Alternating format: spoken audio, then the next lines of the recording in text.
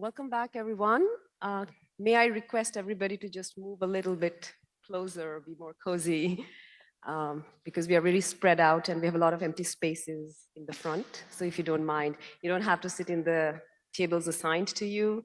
If you could just kind of come together, perhaps especially people who are in the third row in the room, that would be really appreciated. And we will begin shortly, just waiting for everybody else to come back from the lunch. Just give us a couple of minutes.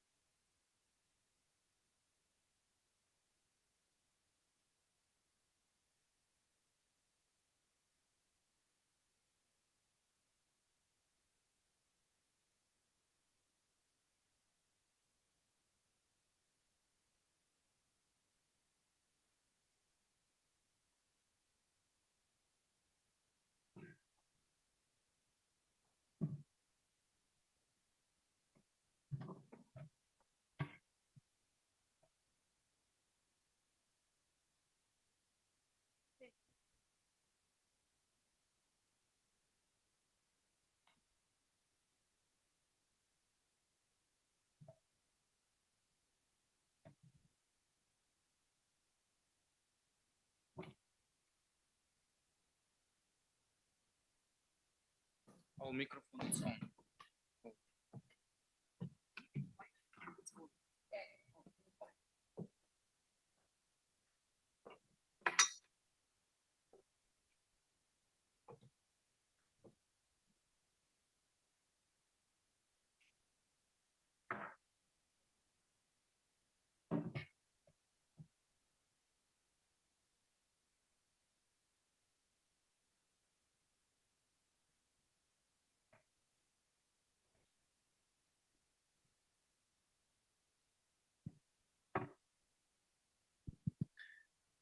Good afternoon, everyone. I have to say this because it's a norm. Sessions after lunch breaks are always challenging, but I hope the coffee has made you awake and the conversations too. My name is Khushbu Agrawal. I am an advisor for Money in Politics at International IDEA, and it's my absolute pleasure to be moderating this final session before the closing remarks, of course. So you obviously know the structure of how this session came about, but sessions before this session, we had 3 breakout sessions, which incorporated 3 different groups. One was a group on political parties, there was a group on government agencies, and there was a group on civil society. And each of these groups discussed on the recommendations, solutions that needs to be implemented to make money in politics play a positive role. And in each of the breakout session, we had a rapporteur, our 3 fantastic colleagues, who took notes on the discussion and prepared a summary of the findings and significant recommendations. During this session, the rapporteurs will present those findings and recommendations. So each group had more or less 5 questions under discussion that touched upon broader issues of reforms, both legislative and operational, control, enhancing transparency, facilitating monitoring of political finance, building capacities of different actors, facilitating collaboration among different actors, etc. So without much delay, I would like to just set out the structure for now. Each of the rapporteurs will be given 15 minutes to make their presentation, and post the presentation, we will open the floor for discussion. The idea of the discussion is because 2 groups could not see what happened in the 3rd group. So we really encourage cross questioning in terms of how you can collaborate, because I was there for the civil society group and I could see there was a lot of synergies of what was being said about how to work with political parties or how to work with government agencies. So it would be very nice for now for the political parties groups and the government agencies group to put their questions forward, but also if something has been missed in those discussions, to add on your inputs and your own solutions based on your experiences and based on your learnings working in this area. So to first present the findings and recommendations for the groups on government agencies, I would like to invite Ms. Yulia Shipilova, who doesn't need any introduction. She's the face and mind of this conference. She's the program manager for elections and parliamentary strengthening at International IDEA. Yulia, the floor is yours for the next 15 minutes. Yeah. Thank you, Khushbu, and good afternoon for those with whom we haven't communicated this morning. And I hope that all of you had wonderful discussions, and I've heard from all rapporteurs and from all moderators that discussions in all group were quite fruitful. And our group devoted to state institutions was quite crowded. So we had more than 30 participants representing different international organizations, but also different countries. We have Moldova, Ukraine, Latvia, Lithuania, Portugal, Romania. And also we had ODIHR, Westminster Foundation for Democracy, UNDP, IDEA, Council of Europe. So basically lots of collective thinking in terms of what are new and emerging threats and how they actually make our work, joint work, a little bit more complex. And basically we were discussing what to do with this. And if you can run my presentation, it would be great.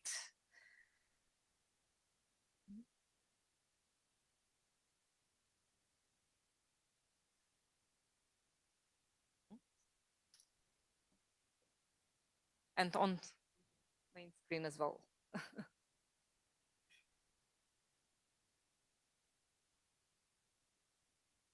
Yep. On the TV. So basically we were discussing issues in few dimensions in terms of threats and complexities, about existing methodologies and what actually different agencies are doing with this, but also how to enhance collaboration between different agencies, but also between civil society and state institutions, between media, political parties, and how collectively to respond to this session. Any help with presentation? No, it's not on. It's not on the TV. Please help us. Yeah, now it is. Thanks a lot. So, first of all, we were focusing that there is lack of reliable data, and there is a strong need for complex and comprehensive monitoring of the data. You couldn't find this data in one source at any of the platforms, so there is still a need for lots of efforts from different sites in order to collect this data. And sometimes some countries are engaging external agencies to collect this data, so not all agencies across the region have capacity to do it themselves. So they are engaging some external agencies, especially when it comes to such platforms as YouTube and Google. Situation is a little bit better with Meta and having libraries there. And at the same time, it would help if political parties will report their online campaign materials, which will create the database for political finance oversight agencies, but also basically for civil society monitors, some base for comparison. Also, political parties quite frequently use fake accounts for campaigning, which is of course quite difficult then to trace. You do not know who is behind this. And also sometimes political ads is not adequately labeled. So which is also sometimes that's why some of these ads are not placed at the ads library, and basically they are not traced even on platforms like Facebook or that belongs to Meta. So basically this also accelerates the challenges in tracking and personalizing political spending. So sometimes you know that there is some ad, but you don't know who placed it. And in this regard, of course, enhancing reporting mechanism for political parties, both on online campaign materials, but also on campaign spending, and also reporting mechanism for society on undeclared campaign activities, so that citizens can report on some undeclared activities can be of help. And also we were talking about the complexities of tracking ads that were placed from abroad, especially from Russia and Kazakhstan, but we are also acknowledging that these are not just two countries from which such ads are placed. So then it's quite difficult to prosecute such, even if you find that this is illicit campaigning, then it's quite difficult to prosecute due to the absence of evidence. Inadequate legal framework for online campaign finance was also acknowledged, because first we need sometimes to differentiate materials that were placed by state institutions as their regular activities and materials that are placed by politicians as part of their campaign. So in order to make this distinguish, this will help also political parties, and this will help also political finance oversight agencies and civil society agencies, but also online platforms to label these materials better and then to track this. Also, we were talking a lot about inadequate and not proportional sanctions for some political finance violations, and especially when it come to large volume of spending for political ads, and this is very much related to foreign interference and ads that are paid from abroad. We also discussed a lot that definition of political ads is not always adequate and not always clear, both for internal and domestic stakeholders, but also to different other actors, including big tech companies. And sometimes different stakeholders mean completely different things by political ads. So having clear definition will help, and then it could be further incorporated into national legislation and also in policies of big tech companies. But we also discussed that maybe not just big tech companies, but all online platforms and social networks. We also discussed a lot on definition of third-party campaigning, including influencers, because this is maybe one of the most complex issue. It's not only about paying money for boosting the ads, but it's basically paying someone who has a great influence for placing some ad. So regulating their campaign activities and estimating the market value of such campaigning is essential. In terms of, let me return back.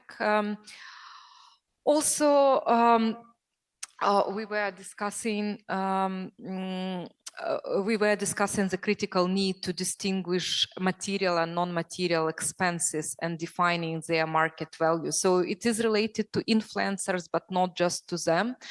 And basically, it's the question to big tech companies in order to detect hidden political ads and unreported spending on, because many of those things are done by external experts, and such expenses are quite significant. So to plan social media campaign, usually highly profiled experts are engaged, and it's it could be quite a big expenses for political parties, but usually it is not detected and it's quite difficult to trace. Also, we've noticed that social media platforms, they are changing, they are adding new features, so they are evolving, and it complicates. So one political finance oversight agency more or less know what to do with certain platform.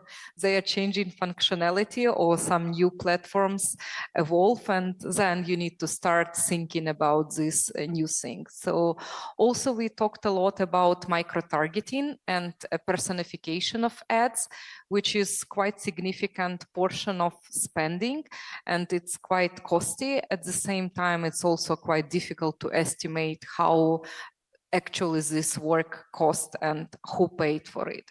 And basically, in quite frequently, this is behind the scene. We also acknowledge that artificial intelligence is reducing the overall cost of campaigning. However, it simultaneously presents challenges in monitoring and regulating campaign spending and illegal financial activities. Basically, also due to absence of labeling and difficulty to acknowledge by whom this content was developed.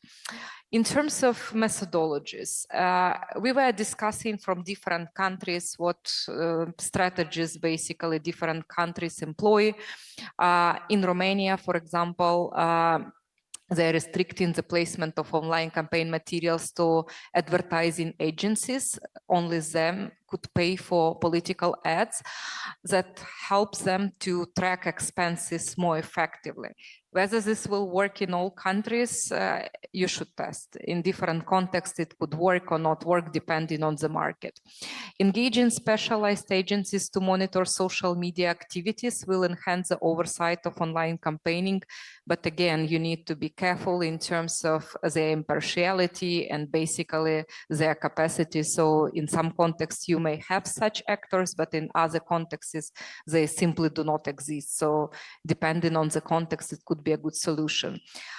Legal regulations should mandate detailed reporting for online campaigning and associated expenses, basically requiring to submit campaign materials copies and specific identification on social media platforms. Because when political finance oversight agencies receive reports that are quite general, then it's quite difficult to track it further. And certain types of paid political ads, like those funded by public entities or legal entities, could be prohibited, and only individual paid ads could be titles that will help to track expenses. Also, we were all discussing a lot about influencers, and again, the activities should be recognized and regulated as third-party campaigning. At the same time, regulation itself should be quite carefully imposed, because you need to balance freedom of expression and basically a level playing field, but at the same time ensure campaign finance transparency, but not to limit such activity only for the purpose of campaign finance transparency. There should be clear definition of political ads and their targeting to maintain clarity and compliance. And also we were discussing a lot that establishing international standards, so far we do not have much for online campaigning, is essential, including guidelines for placing political ads, targeting strategies, labeling of political ads, and mechanisms for their enforcement implementation. In certain parts of the world, of course, there are some attempts to regulate these issues, but at the same time, it's far from being internationally recognized. And some of those existing so far are not fully implemented yet. So it's still a way to go.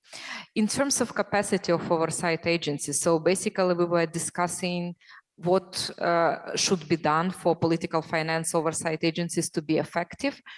And we were acknowledging that if there is no clear mandate to obtain information upon request of political finance oversight agencies, basically then they are lacking evidence to prosecute political finance violations.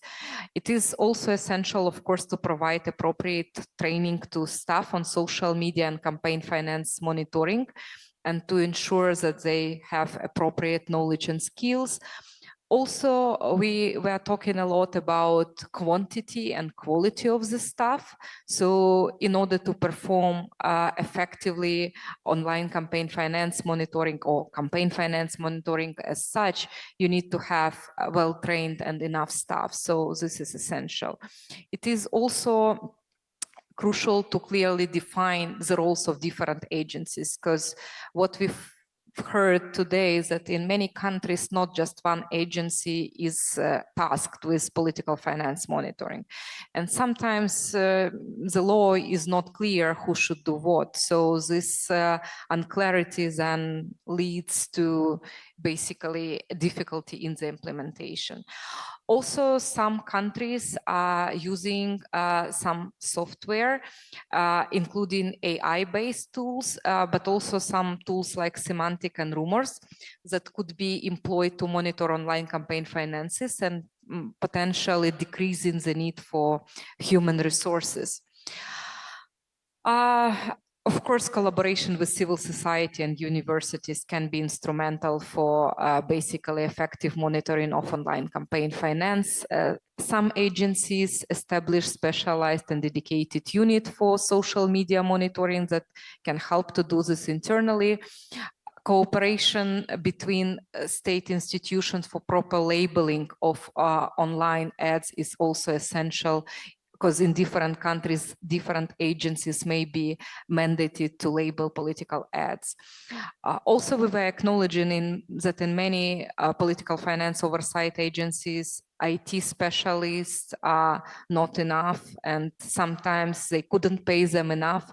So basically, then maybe it is possible to engage external experts just for campaign period, whom such agencies can pay sufficient. And also, with the growing role of online campaigning, of course, it is crucial to bolster the capacity of political finance oversight agencies and to strengthen interagency cooperation that can somehow complement, even if your agency is not able to perform well, maybe then expertise of some other agency that is better positioned and better tasked can help you to monitor these things better. Cooperation with other stakeholders. So here we have interagency collaboration, and it is of course crucial to ensure collaboration with all relevant agencies. And we also discussed that fostering collaboration, regional collaboration among political finance oversight agencies to share best practices in form of such conference, for example, or any other event or online, there are plenty of opportunities will be beneficial. We also discussed that different institutions may have different mandates, so their collaboration and mapping is essential in order to understand which agency play what role and basically ensure this collaboration, and also to map mandates and to understand clearly or to agree. Sometimes when you read the law, there is no possibility to clarify it or change it, but at least to meet together and to agree what is the common reading of this law. And also establishing this trustworthy and open and efficient cooperation between agencies is essential. So you couldn't cooperate only once, so it should be long-term cooperation, and building this cooperation more sustainable. Sometimes establishing interagency task force, but also not just establishing the task force, but also clearly communicating the roles and mandates of agencies that constitute this task force is essential in order to build proper public expectation, so that public understands quite well which agency is responsible for what, and not to blame only political finance oversight agency for not effective implementation of political finance regulation. And sometimes political finance oversight agencies, they could serve as a guide to other agencies in terms of interpretation of the law. And also we were talking a lot about digital mechanisms. So as our conference is about globalization and digitalization and the role of money in politics, of course it is quite essential. And we've heard both from Ukraine, from Moldova, from Lithuania, how effective they use digital mechanism in order to get data from other state databases in automatic regime, which basically helps them to do it swiftly, quickly and efficiently. But also sometimes we acknowledge that in order to get this information from other agencies, you need to know how their data is structured. So basically knowing this will help. And also signing MOU with different agencies can help to clarify at which stage and how such collaboration will happen. We also talked a lot about collaboration with other actors, with civil society, media, and private sector. So in this regard, trainings, meetings, different types of clarification sessions are essential, but everyone was stressing about constant communication and frequent communication and open communication. This relates to all types of actors, and actually also some international assistance providers can facilitate access to specialized software for social media monitoring tools. Also, we were talking about accessing bank information, which was quite good in some countries. At the same time, in Portugal, we've noticed that due to confidentiality rules, it might be not possible. So depending on the context, it might be suitable or not. Online platforms.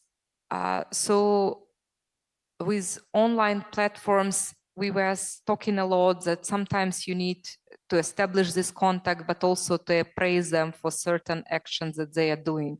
So basically, you couldn't always just blame them, and having some good communication and positive communication is essential. And also, we need to encourage online platforms and social networks revise their policies to increase transparency of political ads. And sometimes it was a suggestion from Lithuania to provide the ID number of political ads to the invoice, which will help political finance oversight agencies to track. Stricter regulations are needed for foreign sponsorship of political ads. To prevent external influence, and also such libraries as Meta has, it should be imposed to all other platforms, and more transparency on financial sites should be provided in such platforms. And also for political finance oversight agencies, it's quite essential to basically understand the policies of such platforms in order to request information and to get this information timely and swiftly. At the same time, we also acknowledge that it might be possible only for Meta, but for other platforms, even if you know policies or basically no policies, it might be not relevant. And collaboration with political parties. So we were acknowledging that constant communication and collaboration between political finance oversight agencies and political parties is essential. Providing training, online sessions, webinars for political parties could serve for better understanding by political parties what is expected from them. We had very good examples, for example, from Moldova, of organizing meeting at the beginning of campaign with the leadership of political parties, but then having regular and frequent meetings with treasurer in terms of clarifying the procedure, but also there were some good practices in terms of joint meetings between civil society and political parties and political finance oversight agencies. There is also good practice of establishing a formal protocol of cooperation with political parties, so that basically political finance oversight agency has a clear understanding whom to engage and how. And policy changes and recommendations. I know that I'm running, I guess, a little bit out of time, but we are at the last slide of our joint work, and I hope that it was helpful for you.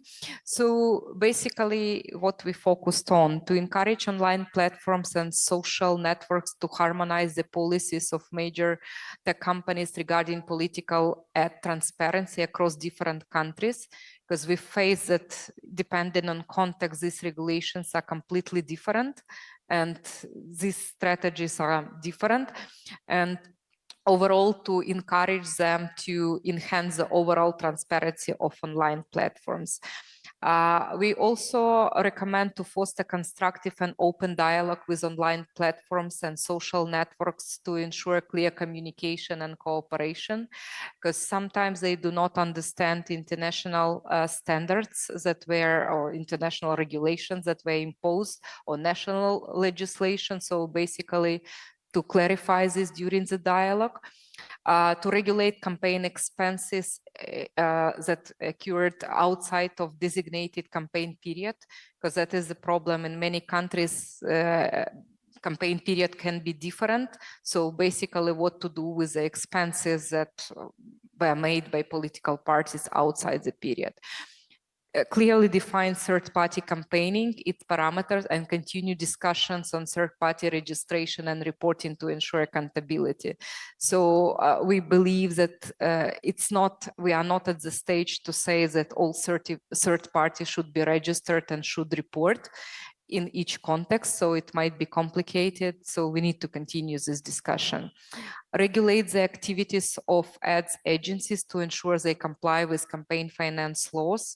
In many contexts, the activities are not regulated, and we feel that this could be one of big change for this area. Increase capacity of political finance oversight agencies and enhance their collaboration with other stakeholders so that they can be more effective, and promote regional cooperation to effectively engage with online platforms and social networks at a larger scale.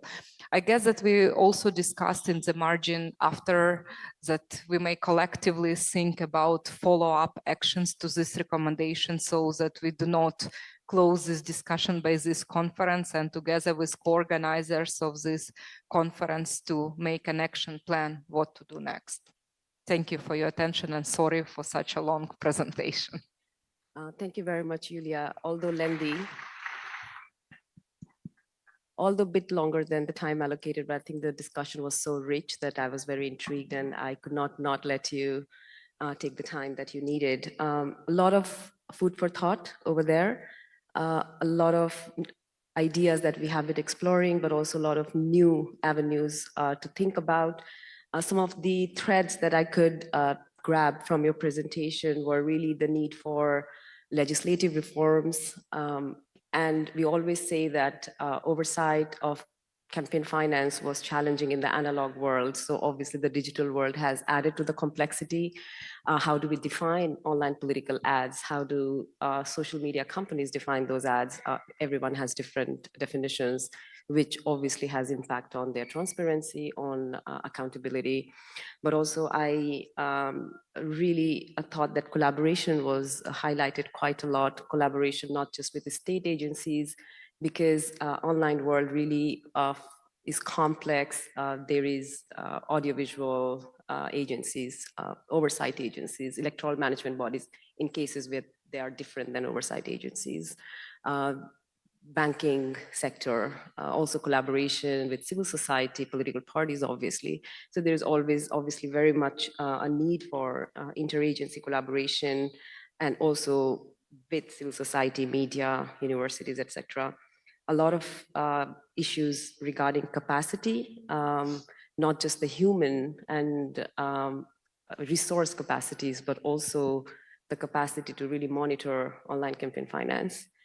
And at the same time, I think what really resonated with me was the mandate of oversight agencies to be able to prosecute, investigate anybody who is not following campaign finance rules, particularly online campaign finance rules. And finally, the transnational nature of online campaign financing, and how do you overcome that challenge in terms of collaboration beyond your borders? So thank you very much, and thank you to the group who came up with such great ideas to think about. Now, for the next presentation, I'd like to invite Alexandru Demyanenko, who is the Senior Program Officer at the International Republican Institute in Moldova, and he will be making the presentation of findings and recommendations from the group on political parties. Alexandru, the floor is yours. Thank you. Dear ladies and gentlemen, dear panelists, dear distinguished guests. I'll try to be short about the discussion, but I'll like to very much to emphasize the exact recommendation, the 10 recommendations that we had as outcome of our workshop. So firstly, let me express my heartfelt gratitude to each of you for your active participation and invaluable insights during our recent search for new solutions to emerging trends that endanger political finance integrity, and especially from the political parties' perspective. Our discussion among our distinguished guests were not only enlightened by but also underscored the complexity of critical issue facing political parties. And mainly we were having the political parties from Georgia, Ukraine, and Moldova. And in our first part, we had a discussion that delved deep into the myriad challenges that confront political parties in our modern era. And from the ethical dilemmas of fundraising to the intricate dynamics of state funding and oligarch influence that our countries are facing, as I'm from Moldova as well. So our esteemed speakers eloquently articulate these challenges. And for instance, our Ukrainian colleagues passionately presented that in Ukraine, political parties are highlighted the ongoing struggle for transparency in political funding, emphasizing the need for stringent regulatory measures to curb illicit practices and to ensure fair electoral processes. But this problem was also raised by other parties from Georgia and Moldova. And likewise, the representative from the political party Servant of the People illuminated us on the complexity of operating within a system where political funding can often be opaque and influenced by powerful interests that may compromise democratic integrity. We had also insights into inclusive strategy, particularly concerning LGBTQIA+ communities, sorry for that, and inclusion, and shed light on the imperative of expanding political participation to encompass diverse communities and thereby fostering a more representative and inclusive political landscape. Also from NDI team, we poignantly addressed the barriers women are facing in political participation, using us to confront and dismantle these barriers and to ensure unequal opportunities for all women in leadership and decision-making roles. Amidst these challenges, our workshops also served as a platform for proposing innovative solutions. We discussed the transformative potential of digital platforms such as TikTok and Telegram, and of course others, and in their political engagement, recognizing the need for strategic approaches to combat misinformation and enhance civic participation in digital era. The call for self-regulation among political parties emerged as a consensus and a recommendation, emphasizing the importance of fostering ethical practices and transparency in political fundraising and operations. This sentiment was echoed across discussions on grassroots engagement and the responsible use of social media, and highlighting the pivotal role these initiatives play in rebuilding public trust and ensuring democratic resilience. Our workshop's conclusion distilled into 10 critical points, underscored the importance of collaboration, proactive engagement in addressing these challenges. Each conclusion represents a commitment to action, from enhancing regulatory frameworks to empowering marginalized communities and safeguarding the integrity of our electoral processes. So I would like now to exactly emphasize those 10 conclusions that we had during as outcome of our workshop. So first one would be the call for self-regulation of political parties, so less regulatory. And second one would be to reduce this burden of regulation, because we have a lot of parties have a lot of problems with the regulation of the from the state institutions in their country, in our country. The third one will be more grassroots engagement and financing through fundraising. The fourth one would be that the Central Electoral Committee to be more service-oriented rather than just an institution of enforcement, which I find it very interesting.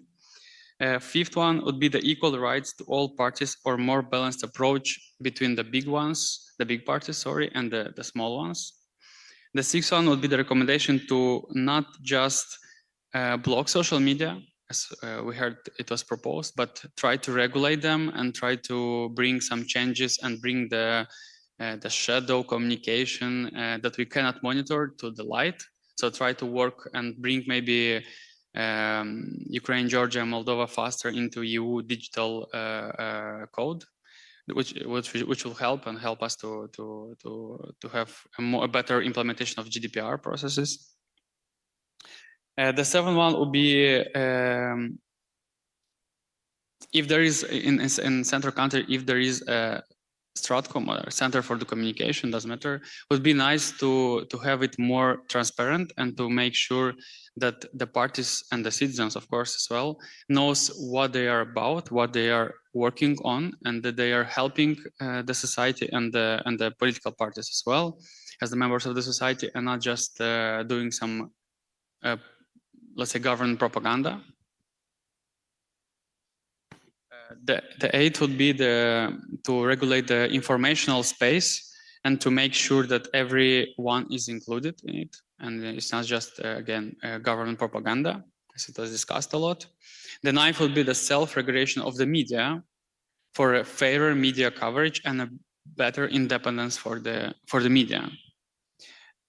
And the last one, but not the least one, of course, to have more funding in incentives to ensure more inclusive policies for the women and the minorities that are underrepresented in political sphere.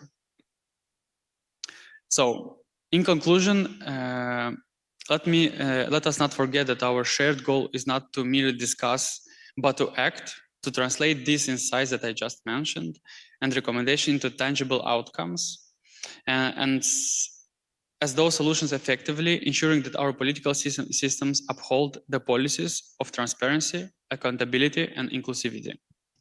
Together, we have the opportunity to shape a future where political engagement is not just a privilege, but a right, and where every voice is heard and everyone, and where our democratic institutions thrive.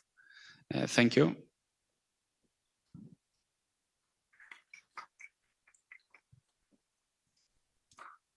Thank you, Alexandru, for this brief presentation, but very, very insightful. And I'm very pleased that some of the issues that were raised in the group resonated very much with what was discussed in the group on state agencies. But at the same time, the fact that political parties discussed on the issue of self-regulation are quite remarkable.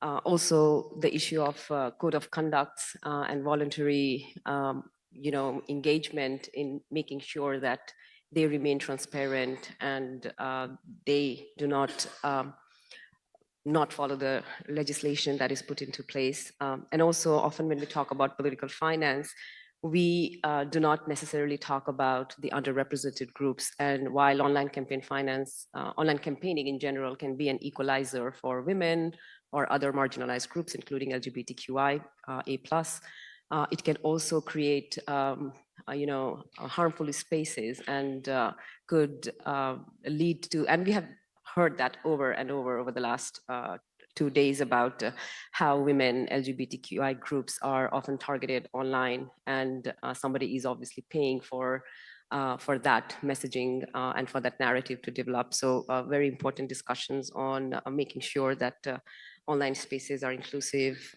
and safe for these groups, and also making sure that information space in general is very much inclusive.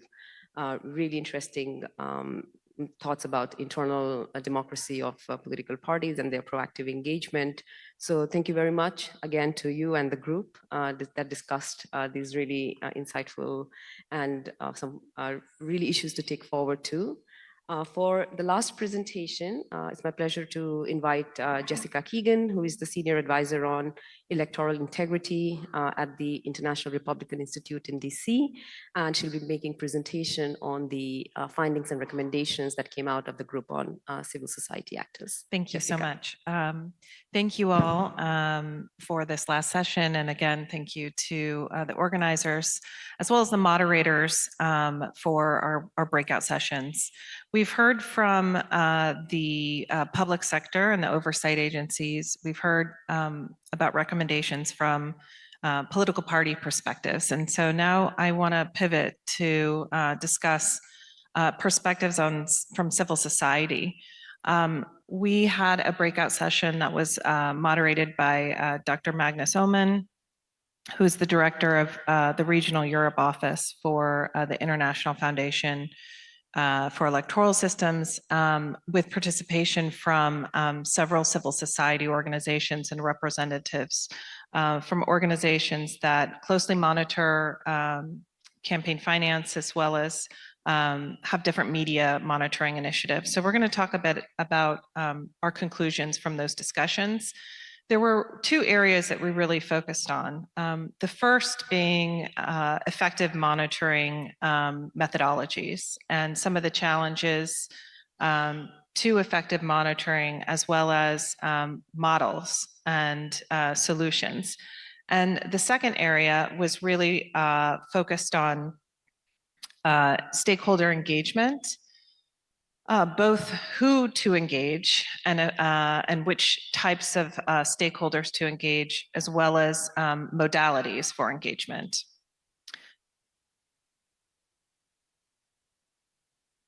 So we focused on 5 questions. The first, as I just mentioned, was involvement of civil society in politics and different methodologies. So we're going to discuss that briefly. Some of this has been mentioned already by my colleagues here, so I will try not to be too duplicative. But the first discussion point was really on current challenges and effective methodologies. Some of the challenges, as my colleagues mentioned, is access to information. And access to information is a challenge for different reasons. Sometimes it may be ambiguity in the law, or it could be that political parties are not reporting names of contributors. Cryptocurrency or digital currency exchanges are also opaque. And some public agencies refuse requests or fail to respond to findings and violations. There was also lack of availability on data about donations in searchable or analyzable format. So this issue of searchability and accessibility is sort of a universal challenge that we're hearing in all of these sessions. And it's really fundamental to oversight, is being able to have accessible and searchable data. Databases, some of the time, are very underdeveloped. So similarly, there may be, for example, PDFs provided, which obviously are a challenge for civil society organizations to search and to analyze. And often groups are spending a great deal of time and effort and resources into converting it into usable formats. In other instances, procurement challenges were mentioned, and for example, private companies who are charging fees for data analysis, or including sort of hidden costs in procurement of these types of technologies for EMBs, so sort of making them reliant on private companies to analyze data. Other challenges are independence of government institutions. For example, some examples that were given were anti-corruption chairman appointed by the Prime Minister and does not have investigative powers in Georgia. Under-resourced institutions, which I think is a chronic issue that we hear quite frequently. Social media monitoring is also very difficult. So again, this is the inconsistency of the social media platforms to have a common policy for disclosure across the platforms, and also just lackluster engagement among and between civil society and the private tech companies. Whereas we have heard before that private tech companies are interested in having civil society provide feedback. The responses sometimes from the private tech companies is mediocre or lackluster at best. So that is also a challenge. In shifting to effective methodologies, this is where I think we are all very much interested in and focusing on the positive and looking forward. CSOs have developed approaches to address this lack of searchable files, but as I said, it's very time intensive and labor intensive. Taking the time to sort of convert all those files and then to analyze them requires quite a bit of time and resources. And then in the absence of accessible and searchable data, civil society have been quite creative in investigating social media pages, for example, or applying broadcast media monitoring approaches to forming sort of the complete puzzle of political financing, where data is not easily available. In contexts where FOIA requests apply to political parties, so there were two examples raised, one in Armenia and another from North Macedonia, applying Freedom of Information Act laws to political party disclosures may enhance accountability for those political parties. Another area is just day-to-day monitoring and keeping vigilant and up to date on day-to-day monitoring. That was mentioned as a good practice and an effective methodology. Also utilizing software and platforms administered by CSOs for tracking and for tracing, and really leveraging those technologies or software applications that CSOs are using to track and monitor. Other examples were examining different data points. So drawing from investigative journalists, for example, to also enhance the picture of political finance was also mentioned as an effective methodology. And then we also discussed some models and looking at model solutions and different EMB transparency and data models. And so one of the models that was put forth was really from the Balkans, and it's a portal where parties provide the data, but it's managed by the EMB institution, and then the EMB then makes that data public. The Balkans, I believe, leads in the development of that model. A second model was where political parties use the portal and make it immediately public, which is the Finnish model, and very interesting. It does not go through the EMB, but directly to the public. And a third model, which is also quite creative, which is a model from a Czech model, is the publishing of bank accounts. So the bank accounts of political parties are public, and the EMB simply provides links on their website to those political party bank accounts. Next, we discussed how civil society can elevate their expertise in monitoring finance and to attract and retain qualified staff for their work. The first point was really the need to have enhanced skills on not just data and computer science skills, but on qualitative analysis and analytical writing. Specifically, the need for analysts who are very adept at writing, at analyzing qualitative data, but also adept at writing critical thinking and logical analysis. Also working with journalists and building internal investigative skills, again, similar to just sort of building this, the investigative and the analytical skills of monitoring organizations. Recruiting university students who are eager to learn is also a potential very good practice. Cultivating impartial democracy activists, so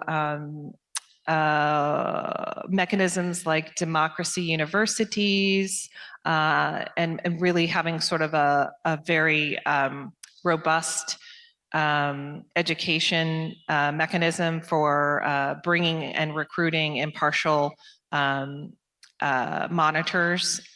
And so I think that was from Moldova. That was an example here of a democracy university. Also, consistent approaches to advocacy, maintaining human resources to maintain momentum. Timing is very important in terms of political will and really capitalizing on when there are openings for political will and maximizing impact. Being able to tell stories. This is also, I think, a really interesting point, is really giving the human perspective to how political corruption and violations in campaign finance really impact voters, right? And so bringing this issue of political corruption, giving it a human interest angle. Being able to tell that story to different stakeholders. The third discussion point, we really wanted to focus on who the key stakeholders are that civil society should engage. And here, I mean, we discussed this among my colleagues previously, but international actors focused on election integrity, European actors in particular are very important for this region, and different international groups within the European Union and other organizations who work on similar monitoring efforts. Smaller political parties can also be a very important ally to advocate for change or for reform, because after all, they may have a stake, right, or an interest in improved finance laws if it might improve their chances of winning. But importantly, model commitments from these political parties are really essential to ensure that they're accountable once they are elected to office and do not, change positions or change the laws rather in their favor. Interagency authorities, again, increased cooperation is really needed among the EMB agencies like the ombudsman, tax authorities, and so forth is really important. Private and public broadcast media was also mentioned as a potential good partner to help tell the story of political financing. Also, in looking at private companies and published media, there really is a need for improved engagement mechanisms with private companies. To this end, it might be difficult to tell, and this is specific to, I think, broadcast media, but it may be sometimes difficult to tell whether political parties or candidates are getting equal rates or equal airtime. And so there's some ambiguity there, and strengthening those relationships with media entities may help monitoring organizations be more effective in really knowing and reporting where there are discrepancies. Police authorities, this is also important for authorities, police authorities that have a mandate to prosecute finance offenses if it's within their mandate. They can also be allies in terms of creating more accountability. So in looking at how civil society can best engage with private actors, and so we talked about government. Did I skip a? Yeah, that's what I thought. Sorry.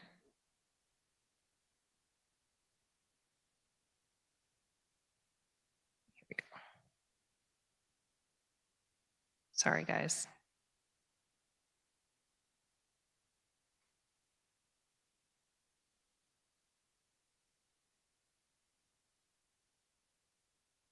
Sorry, the transitions are taking a little long.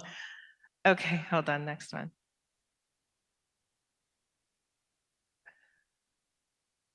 Okay, sorry.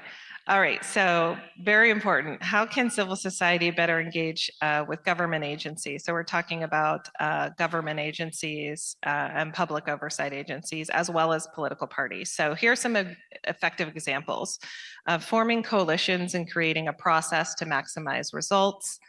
Forming bespoke coalitions that focus on specific cases may be necessary to achieve change.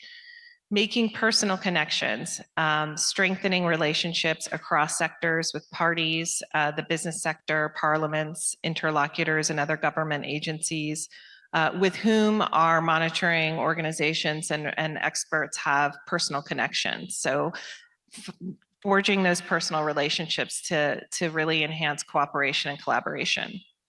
Also formalizing frameworks for engagement. This is important, obviously, to sustain momentum for good cooperation is to have a plan and a framework in place for formal engagement.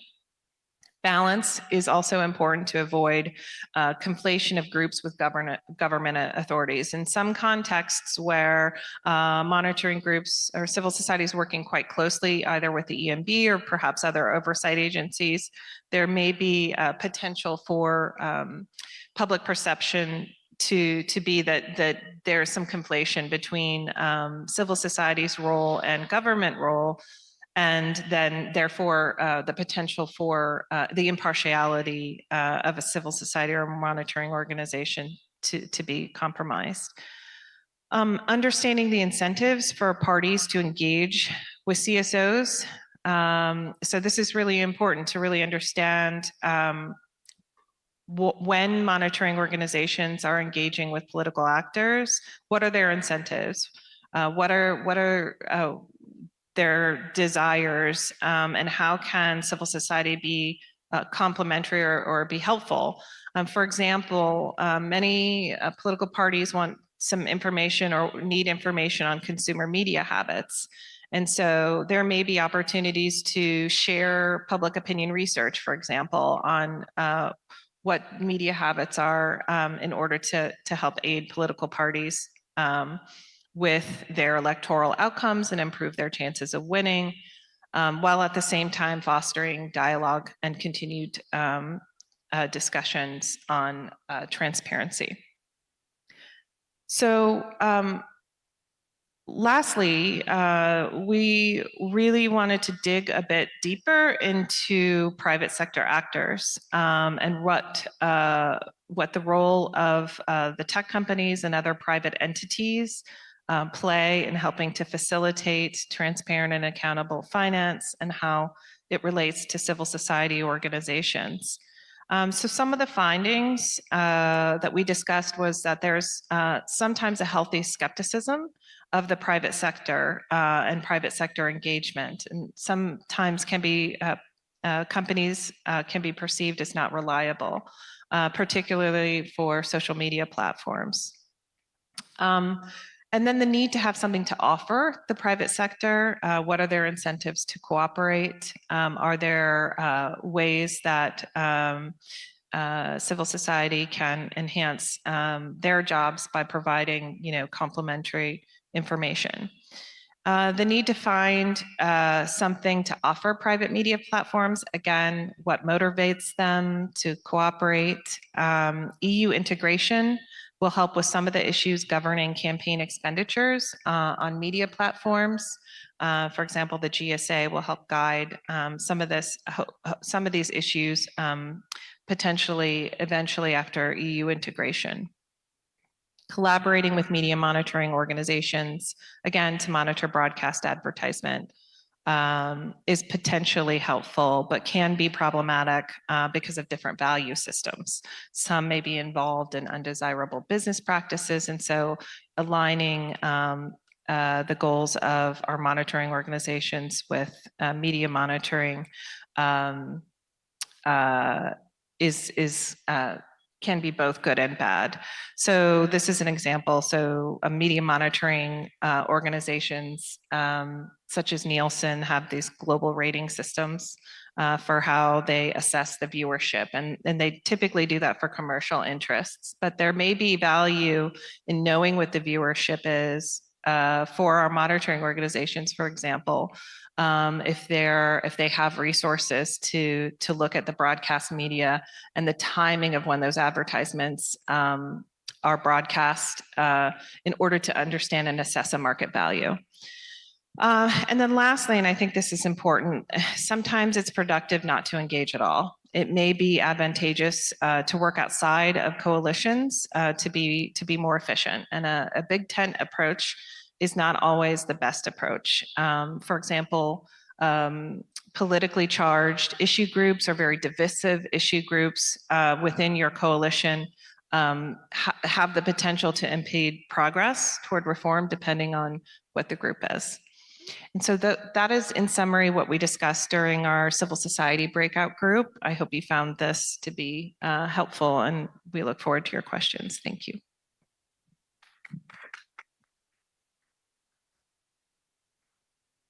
Thank you, Jessica. A really, really interesting discussion. And yesterday it was mentioned that the job of oversight agencies is often thankless. And I also often feel that the job of civil society actors is very thankless. So such great ideas, a lot of room for synergies, a lot of things that was discussed in the groups in state agencies and political parties.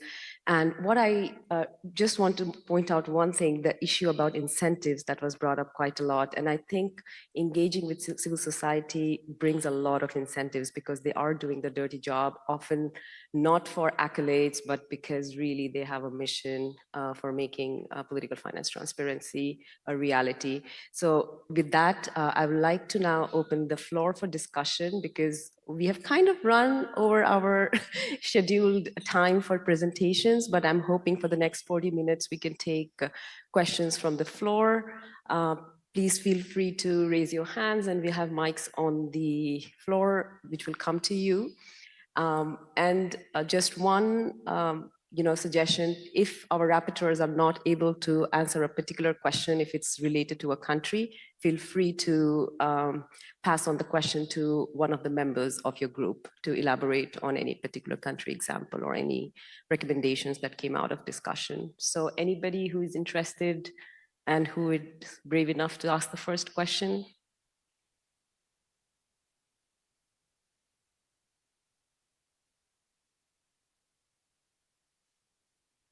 I can see the fatigue.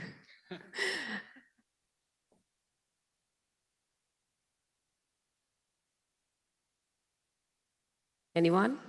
No one?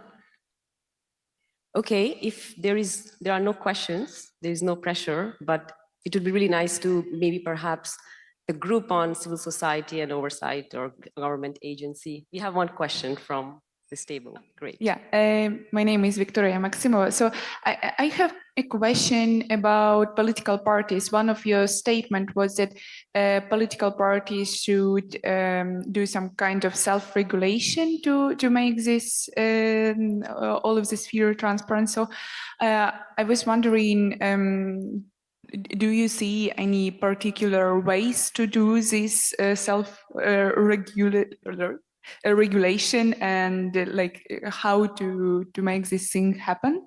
Because sometimes it can be hard for us as a civil society to see, so what are political parties actually doing to maintain their transparent financing?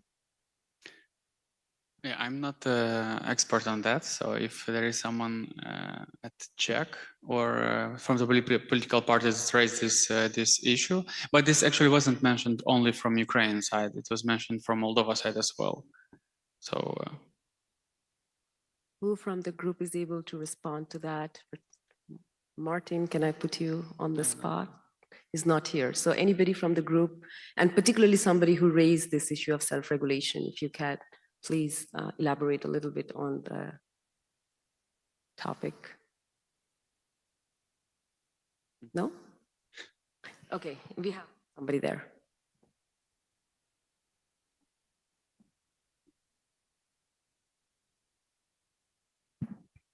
Любов Крига, партія «Слуга народу».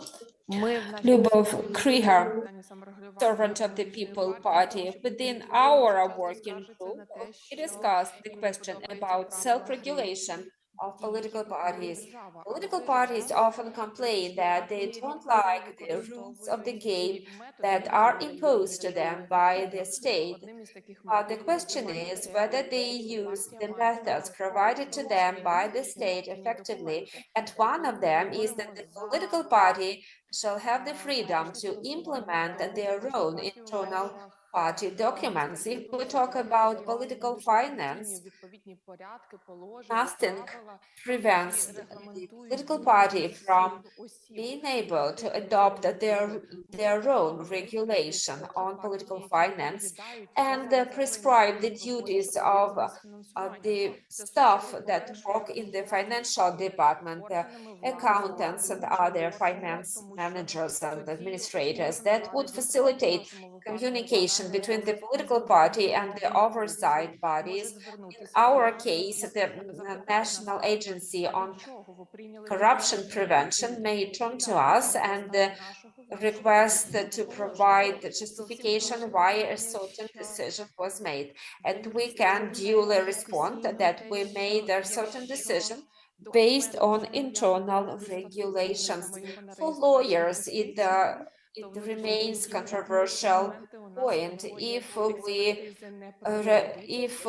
bring the articles of association of the party to the Ministry of Justice to get their expert conclusion, if it corresponds to the legal requirements. As far as internal political party documents are concerned, they do not undergo such external review, but all in all, we should be striving to elevate the political culture of political parties. Okay, we'll take you and then we'll come to. Just maybe 1 second, my colleagues will bring us Perfect. interpretation. Perfect. It That's will good. help understand the questions much better. And also, when you ask the question, it would be nice to state your name and the organization you're representing or the group you're representing. Yeah. Okay.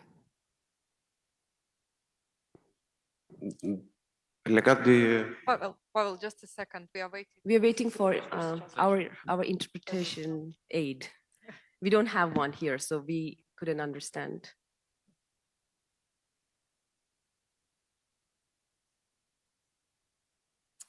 For this time, as we are here, we already have forgotten that we have different languages. So the time when we were going on the stage, no one thought that we actually need interpretation. Sorry for this.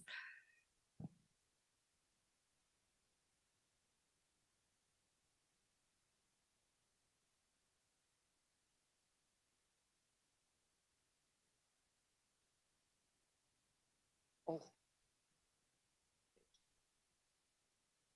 Thank you so much.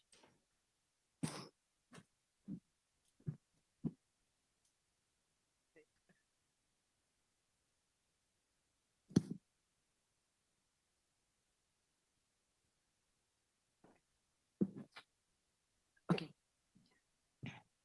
Now, speaking about the self-regulation, as well as speaking about the internal and bylaws of the political parties on the finance issues, I would like to say that technically speaking, at least in the Republic of Moldova, so we're actually requiring from the political parties to have these self-regulatory provisions in their documents. I would give you a couple of examples so that you understand better. According to the law, the political parties are entitled to collect different kind of donations, contributions, including via some of the people who are responsible for the finance. That person is called the treasurer. So at the level of territorial offices, we have different kind of people. And if they're entrusting to collect this kind of in-kind contributions or cash and they're reporting to the headquarters. That has to be described in the bylaws. There should be some orders of the leadership of that political party by which certain kind of people are empowered to collect or to manage these kind of financial resources. And these people have to be trained, and they should know what is the modality to collect and the cash flow, how it shall be organized. That's one example. The second example, the political parties, according to the law, are required to spend 10% of the state budget allocations in order to engage the young people in the electoral process, and the other 10% for the women engagement. So that's it. Actually, the law does not force and does not dictate how shall be organized, because on the side of the CEC, we have organized the training for the political parties, and we have recommended to develop some internal guidelines on what kind of expenditures have to be covered and why this kind of expenditures are being earmarked, for example, for this kind of purpose. For example, they organize some conferences on the topic of women empowerment or gender equality in the process of political or electoral engagement, invited only women. Or, for example, they might organize some kind of meetings of the youth organizations for the chairpersons of these kind of organizations from territorial units. But this kind of issue has to be prescribed and provided for in internal bylaws, so that as a control body, CEC, once it starts checking the accuracy of this kind of expenditures, we should have the evidence, the proof that that particular cost or the expenditure based on that particular order or normative act that is being approved by the political party and the leadership of the political party is done in that particular fashion and is covered by that budget. So this is how we do it, because directly we cannot do this, but indirectly the law requires from the political parties to have certain kind of internal regulations. In addition to the charter, in addition to some other article of foundation, they should have that particular bylaws or internal documents. Thank you. Any further comments or questions from the audience? We can take a couple of more questions, please. Can we get the mic to? My name is Yuri Muntian. I'm representing the Common Action Party Civil Congress, and frankly speaking, I didn't want to ask any questions because everything is pretty obvious, but you did provoke me. Now listen, there is a big issue about the so-called self-regulation. We keep on talking about self-regulation with respect to parties. And we, even if we don't touch or tackle the issue of all kinds of regulations, responsibilities and obligations that refer to the parties, but why don't we discuss also from this perspective the position of a very important actor in the political processes? I'm speaking about the so-called civil society actors, institutions and organizations. So from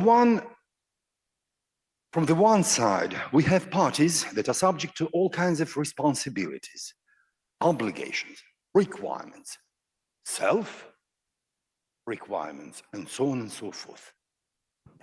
From the other hand, we have the so-called civil society, modern guard for all kinds of political processes that are not subject to any responsibilities, any obligations, any requirements.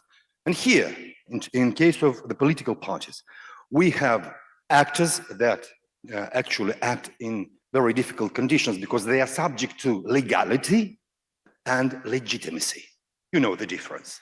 I will not invoke Max Weber. And from the other hand, we have civil society, a range of hierarchies, small or big, that are not subject to, well, partly legality, yes, legality, but not legitimacy.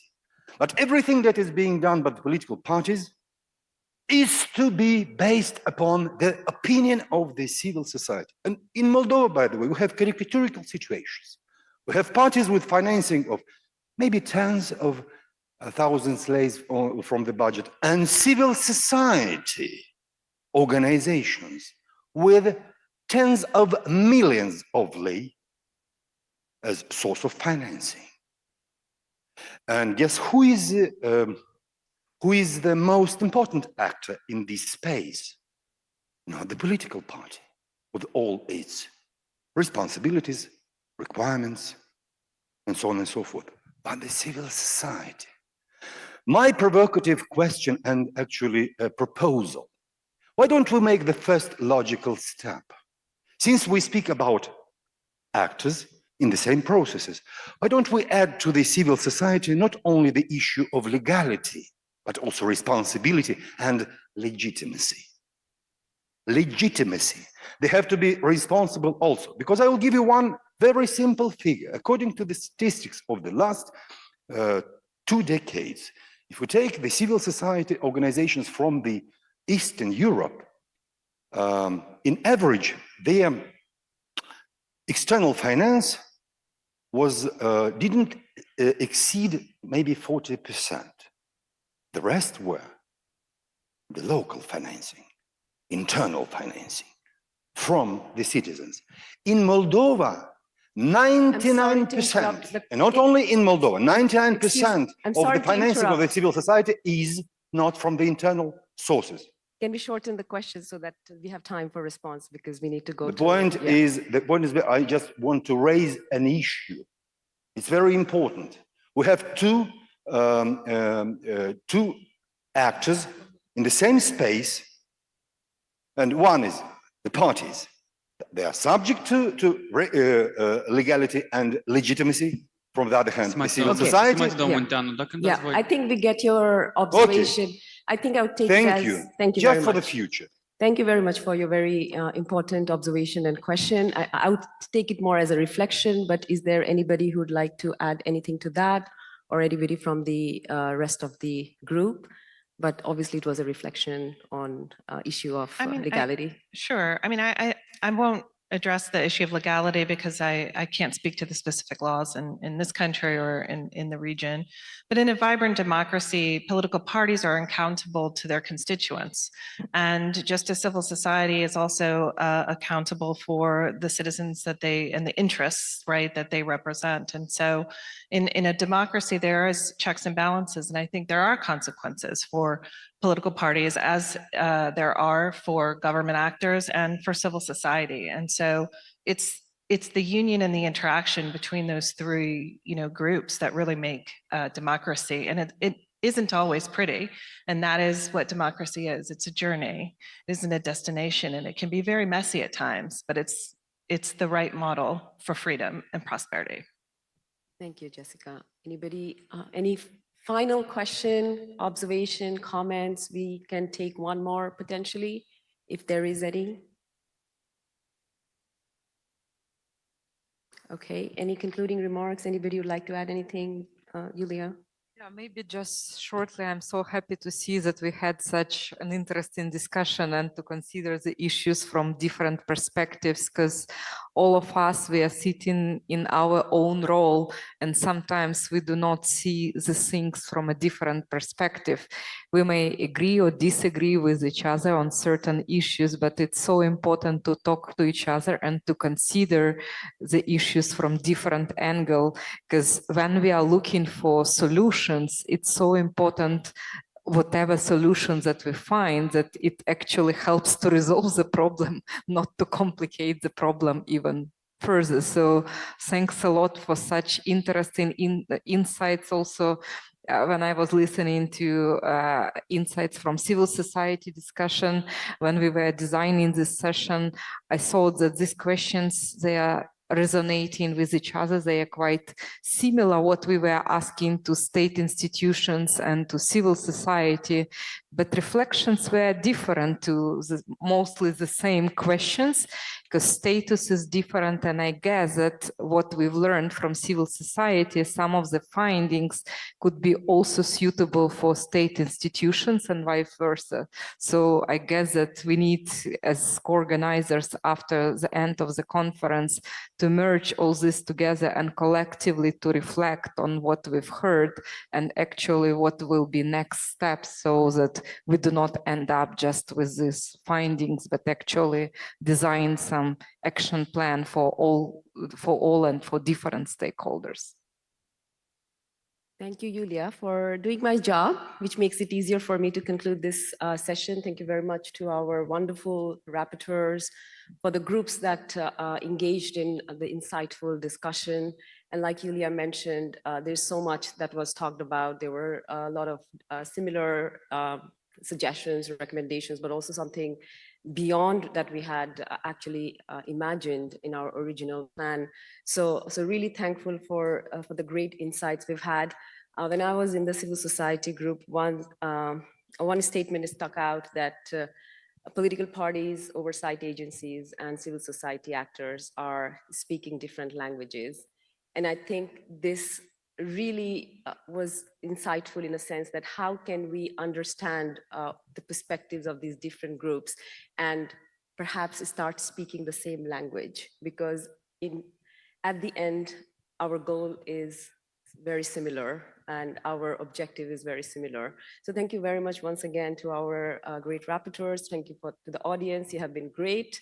And I will leave it to Julia to kind of lead us to the next one, but we are thinking perhaps we could do the closing ceremony now if all of our presenters are here already before taking the coffee break. I guess maybe 15 minutes break will be still helpful for everyone. So maybe let's shorten the break from half an hour to 15 minutes, and at 16:15, let's meet here for closing remarks and final reflections before we say goodbye to each other.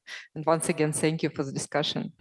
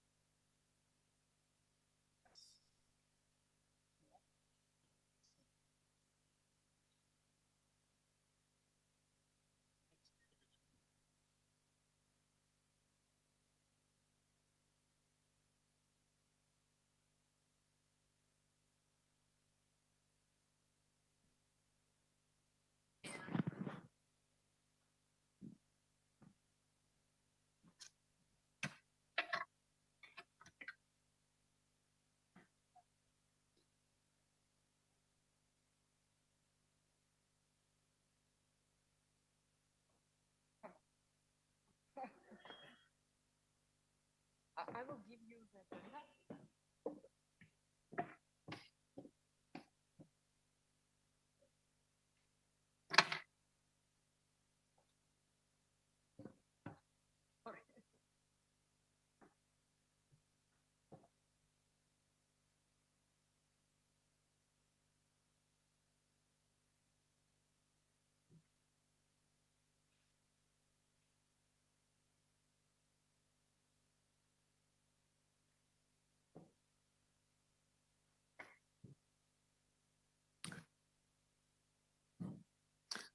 Good afternoon once again, and welcome back for this last session of the day and of the conference.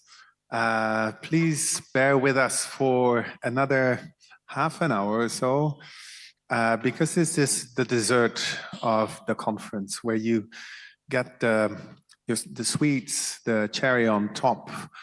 You get all the takeaways, you get the forward-looking views, you get all the bigwigs of the co-organizing organizations. So this is the moment that we've all been waiting for. But we're going to keep it brief. We're going to hear from all the co-organizers how they looked at these 2 days.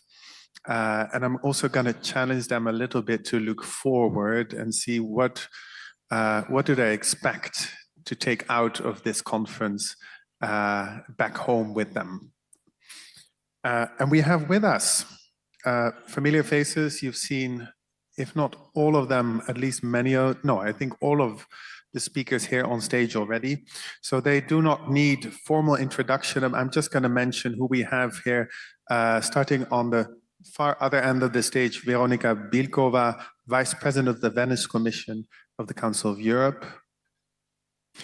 Christoph Lisek is not with us. We have Jessica, and I'll have to... Right, we are waiting for translation to kick in.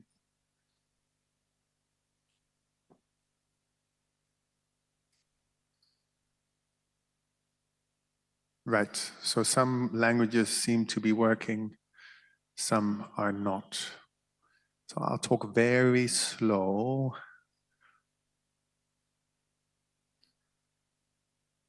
And wait for the thumbs up.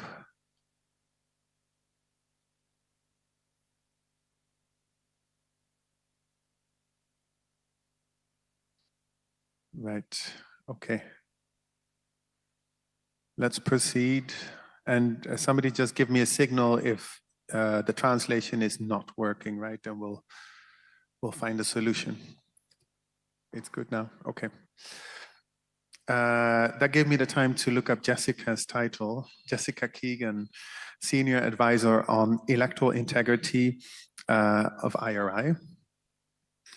We have Martin Engelby, Country Director Moldova for the National Democratic Institute. We have Magnus Öhman, Director of Regional Europe Office and Senior Political Finance Advisor at IFES. We have, of course, with us Angelika Karaman, Chairwoman of the Central Election Commission of Moldova, and yours truly, Sam van der Staak, Director for Europe, International IDEA. Can I start at the far end with Veronika? Go ahead. So good afternoon once again. Here we are at the end of 2 days of fascinating discussions. I'm sure we have all learned a lot, at least I have learned a lot. I will speak from a normative perspective. That means focusing on some of the legal issues. So in this event, we were supposed to discuss money and politics or elections being one of the main processes within politics. It seems to me that we added one more element, and that was information, because it was mentioned again and again that both money and information play a very important role in political processes and also in electoral processes. And this is obvious, it can't be otherwise. That was also stressed again and again. It's impossible to run elections and win elections without money and without information. At the same time, and that also came up in the debate many, many times, both money and information or disinformation can distort the outcomes of political processes of elections if someone buys the outcomes of the elections, or if someone brings disinformation and that has an influence on the voters. This is wrong. And that is exactly where we as lawyers come in, because we need regulation, we need some legislation to actually try to prevent the negative influence, the potential negative influence of money and of disinformation. And let me share with you just 4 short points on regulation, on legislation in this field.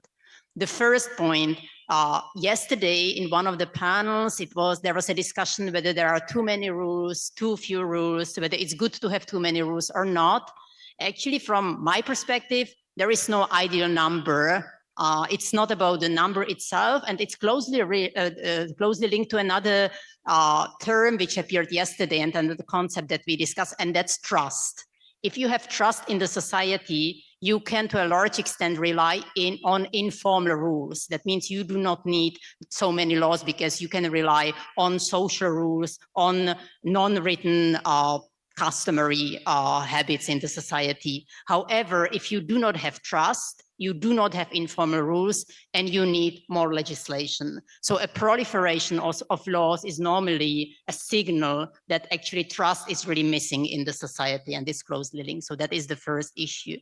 The second one, we tend to think that certain things are by their very nature good, like civil society, which was mentioned in the previous panel, but also legislation. We tend to think that legislation is normally a tool of good because it can exactly help prevent the misuse of resources, disinformation, etc. This is true, but at the same time, regulation, legislation can also be a tool of bad. It can also lead us to not only to the heaven, but also to the hell. And that's what I was trying to show in my presentation, demonstrating how a piece of legislation, in this case, this legislation on foreign agents, could easily be dangerous because it claims to actually be fighting the foreign interference, which is negative, but in reality, it suppresses civil society, it suppresses democratic debate. So that's the second element.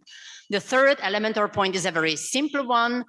Fortunately, as lawyers, we have international standards that we can always refer to, and that we as the Venice Commission always use to assess any piece of legislation. And we should never forget that there are some standards that we can rely on. And the last element, the fourth point, even if we have these uniform standards, we need to be very nuanced in our approaches, simply because the situation in different countries is different, and also the same country might have good reasons to differentiate. So for instance, we want to counter some foreign influence, but not necessarily all foreign influence. And it's quite tricky to find a way, while respecting international standards, to adopt this nuanced approach. We have seen recently that countries, and many of those countries which are represented here are the prime example of that, such as Moldova, Georgia, Ukraine, have tried to come up with various pieces of legislation.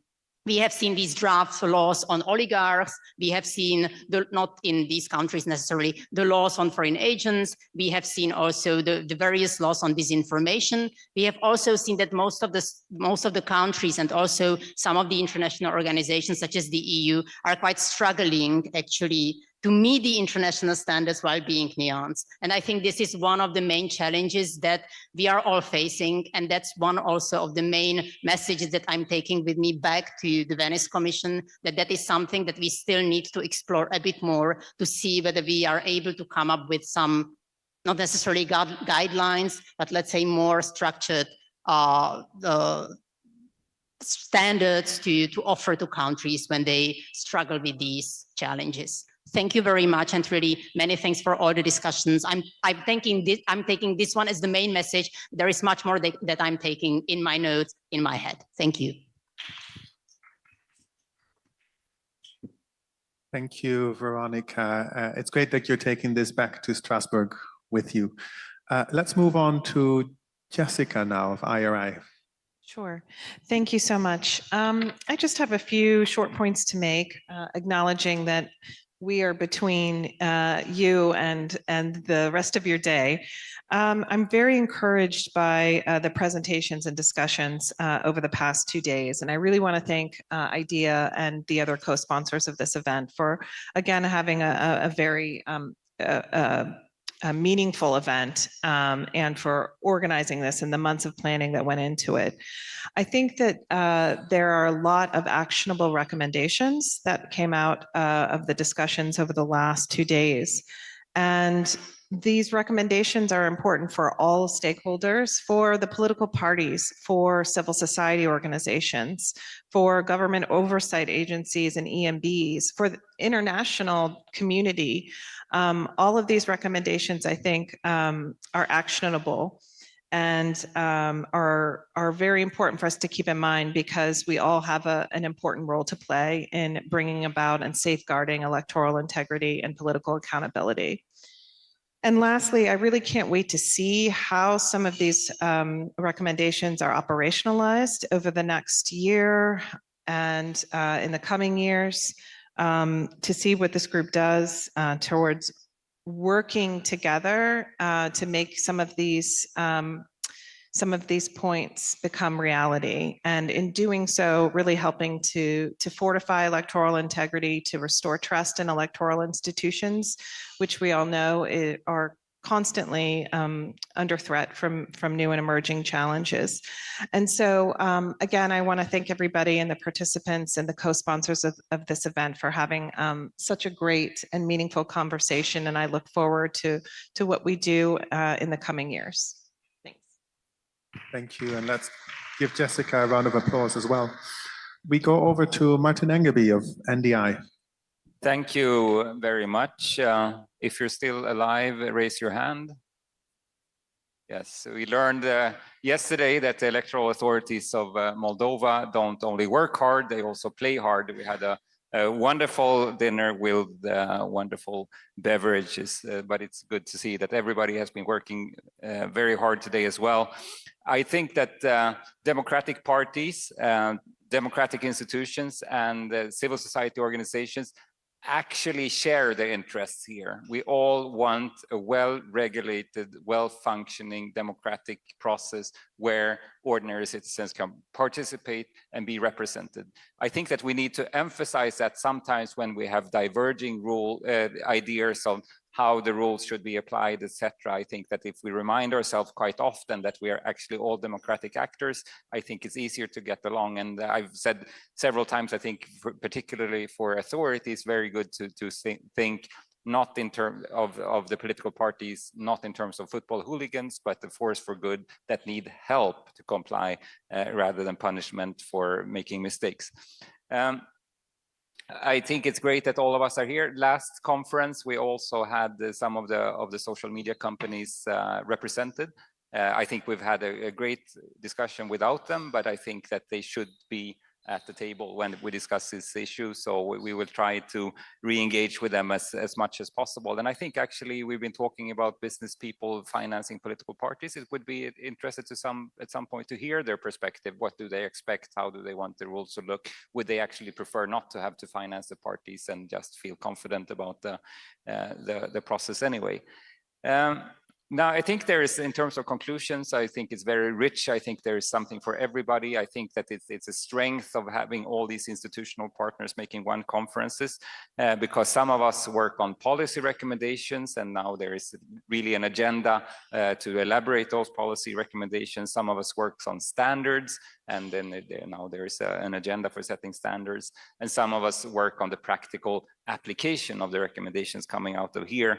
And I can say that from the perspective of NDI, we are going to organize an international mission during the presidential election and referendum on the 20th of October. We're going to have a pre-assessment mission, and financing and particularly disinformation activities is going to be one of the main things that we're looking at, because it's one of the things that can actually tilt the results of these elections. So we come out richer from this discussion as well. I think also in Moldova, it's very, very important to convene the democratic parties after the election. There's a small window to have a look at the electoral regulations together in a positive spirit and see if there's any changes that can be made to make the set of rules smoother before the parliamentary elections of 2025. And it should be an ongoing, I mean, it should even be a committee of parties that meet regularly to discuss the rules of games, just as football clubs would discuss the future of football. I think that's all from me. It's been really great. I want to thank everybody. I want to thank IDEA, who is the main driving force here, and of course the Electoral Commission of Moldova, who is also a fantastic host. Thank you very much. Thank you, Martin. Over to Magnus of IFES. Thank you very much, Sam. Yes, on behalf of IFES, again, I want to thank everyone for coming, for all the organizers, including not least IDEA, and of course our host, the Central Election Commission of Moldova. As Sam said in the opening session, the purpose of this is cooperation. It's about engaging and talking to each other on the reforms that are needed. This takes a long time. Is there anyone in the room who's below the age of 25? Really? Below 30? Okay. So you may not feel extremely young right now, but by the time you are old, like me, we may have seen progress. It takes time. This is not something that changes in years, but in election cycles, the number of them. That's not an excuse for waiting. If we don't do anything, then nothing will happen, regardless how long we wait. But it calls for concerted effort with patience. An important step in this is late next year, the Conference of State Parties of the UN Convention Against Corruption. We are looking at having the first ever resolution on political finance being tabled at that conference to provide some global guidelines on this issue. If you ask me what is the main difference between this conference and the series of conferences we've had here and all the other conferences on political finance and related issues, it is the engagement of political parties, because that is fairly often missing, and it is essential to have that engaged, have their engagement for getting meaningful reform. In this discussion about if it's too much regulation or too little regulation, and we are in the region in the world that has the most detailed regulations of political finance anywhere on this planet, what Veronica said about trust is essential. And I think the key of thinking about smart regulations rather than quantity of regulations. Regulations that are fit for purpose, that provide what we are looking for without overburdening those who are due to comply with them. And if you don't have a reasonably clear idea of how a particular regulation, compliance with that regulation will be monitored and potential violations be sanctioned, then don't advocate for that regulation. There's no point in introducing a regulation for the sake of it. I spent a lot of time yesterday and this morning thinking about Martin's football analogy. I fully agree that if you want to reform the rules around football, don't organize a conference of football referees.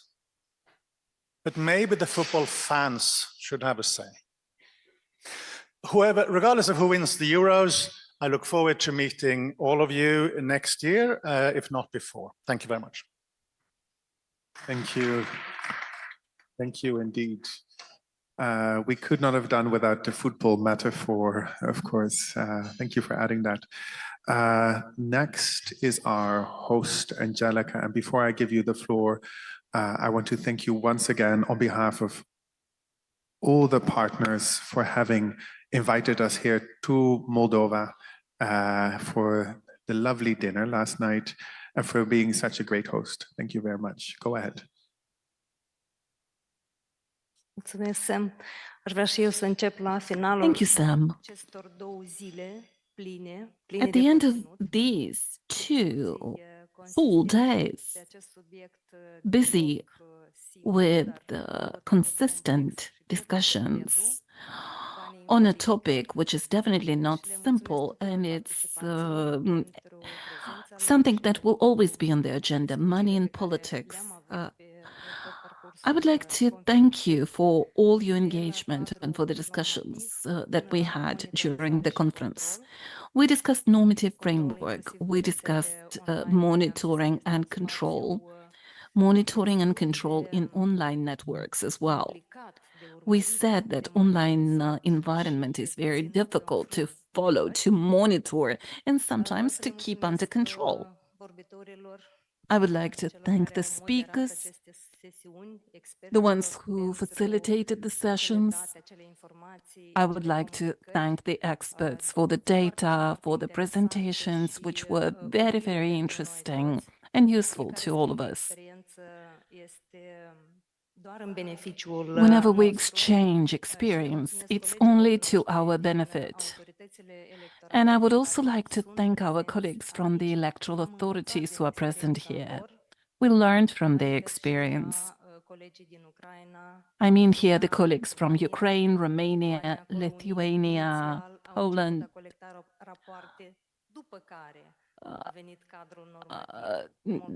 Well, in Poland, they started collecting reports, and then the normative framework came. In Moldova, it was the other way around.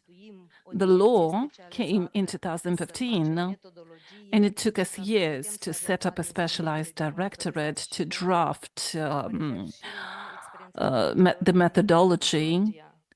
And the experience of our colleagues from Georgia, from Poland, from Portugal was important. We recently went for a study visit to study voting by mail, and we learned very interesting things about supervision and control of financing of political parties in Portugal.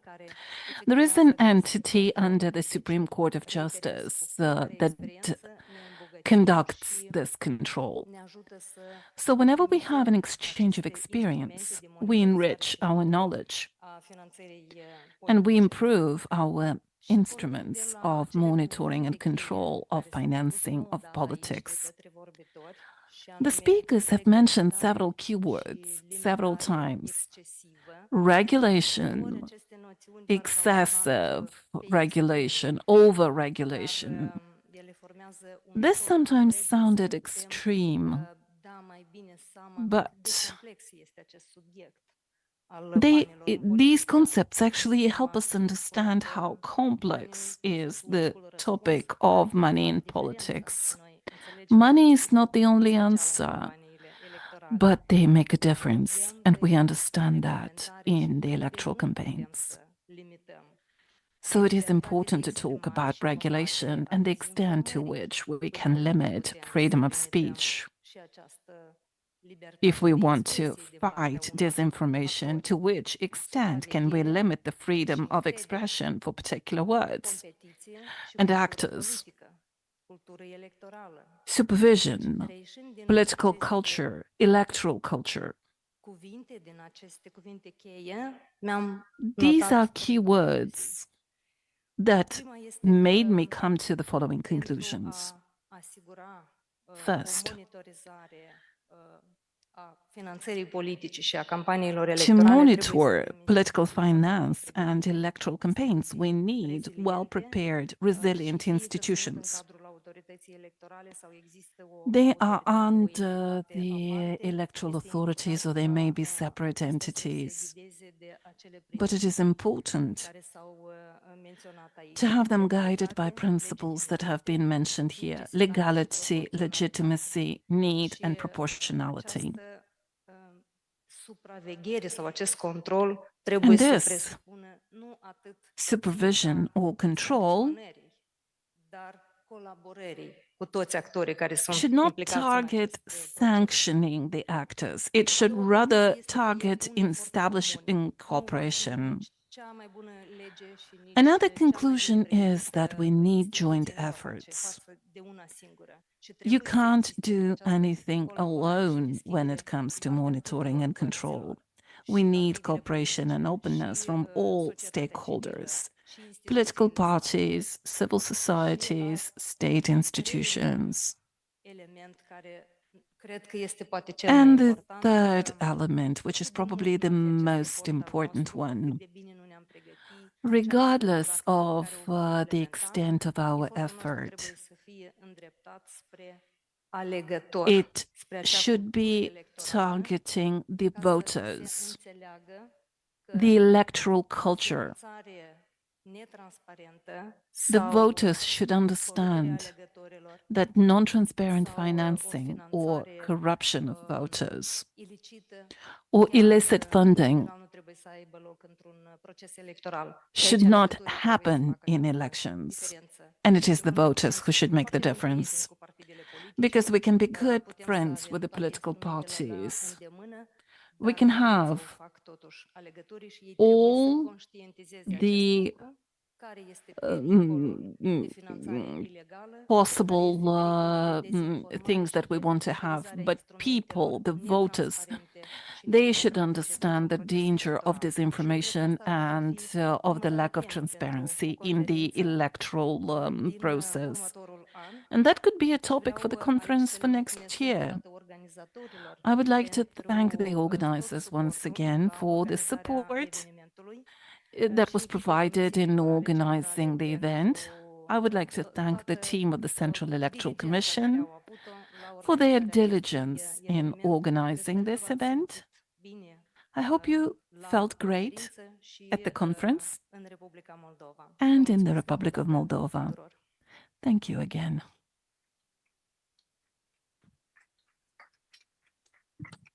Thank you, dear Chair.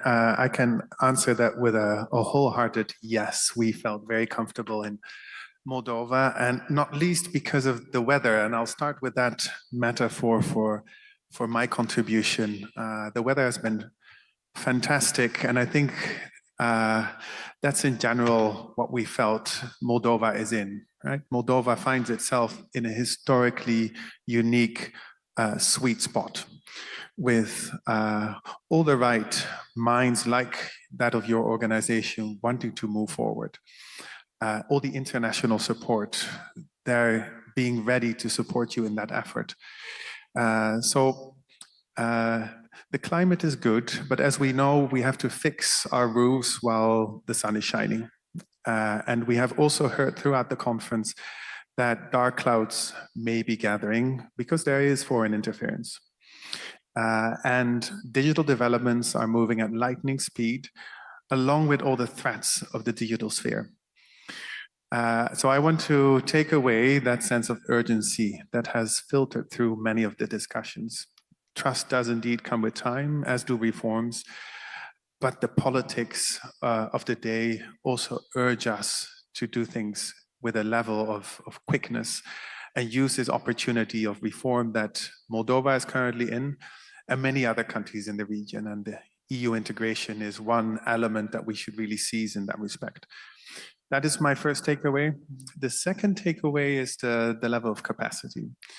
Across the region, we are dealing with countries that are relatively small, that have relatively limited state capacity, that have relatively small civil society organizations, and political parties that, as we heard, are often not very old and also lack the financial means.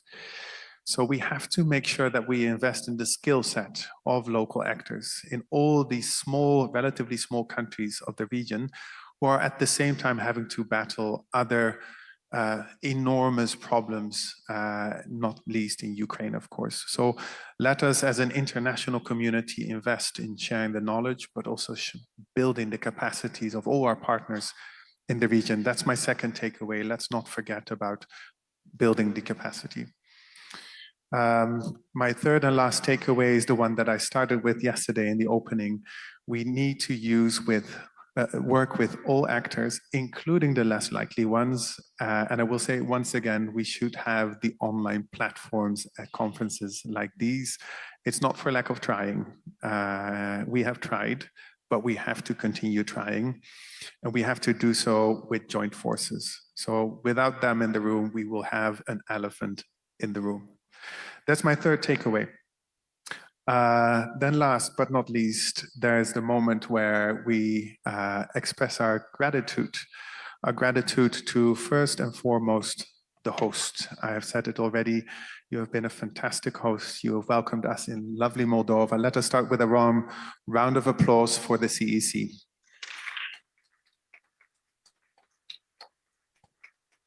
Poate că a fost prea cald, dar e So maybe perioada it was too hot. So maybe it is too hot, but maybe this is electoral time, so this is the hot time because election is pending. If it was too hot, it's because of the electoral campaign pending. So the metaphor extends in many ways. Thank you to the CEC. Secondly, a big thank you to all the partners, 7 partners that got together, that brought this group here to Moldova, that we don't see very often. I think it's a sign of the professionality and the longevity of our relations. Thank you, dear partners, for all the good collaboration. I look forward to continuing that. Let's also give a round of applause to ourselves. Please. And then lastly, I'll take the privilege of being the idea person here to thank my own dear colleagues. A few of you have mentioned them already: Yulia Shipilova, Ksenia Lukac, Nana Kalandadze, Alberto, and Kushbu, and many of the other IDEA colleagues that I have relied on. You are a fantastic team. Thank you for leading the work of IDEA in this process. Let us give them a big hand of applause as well.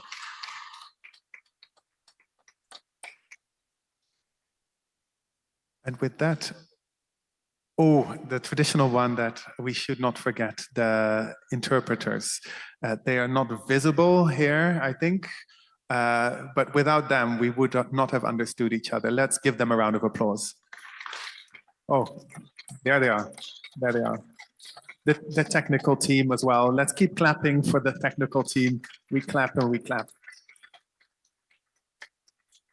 Unless I have forgotten, no, I did forget one. It's the audience. It's you who have sat with us throughout these 2 days. Many of you have spoken, but my admiration is even bigger for those that have only listened, which is a tiring task. I hope we did not bore you.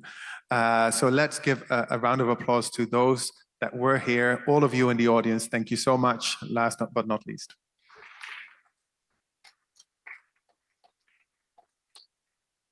And with that, I think that brings us to the end of our program. Safe travels to everyone. And as, did I take that from Angelica, the chair, who said, for next year's conference, I take that as a sign that we are starting to think about what comes next in Chisinau in a year from now, perhaps to celebrate your birthday once again. Okay. So hope to see you all next year. Thank you very much.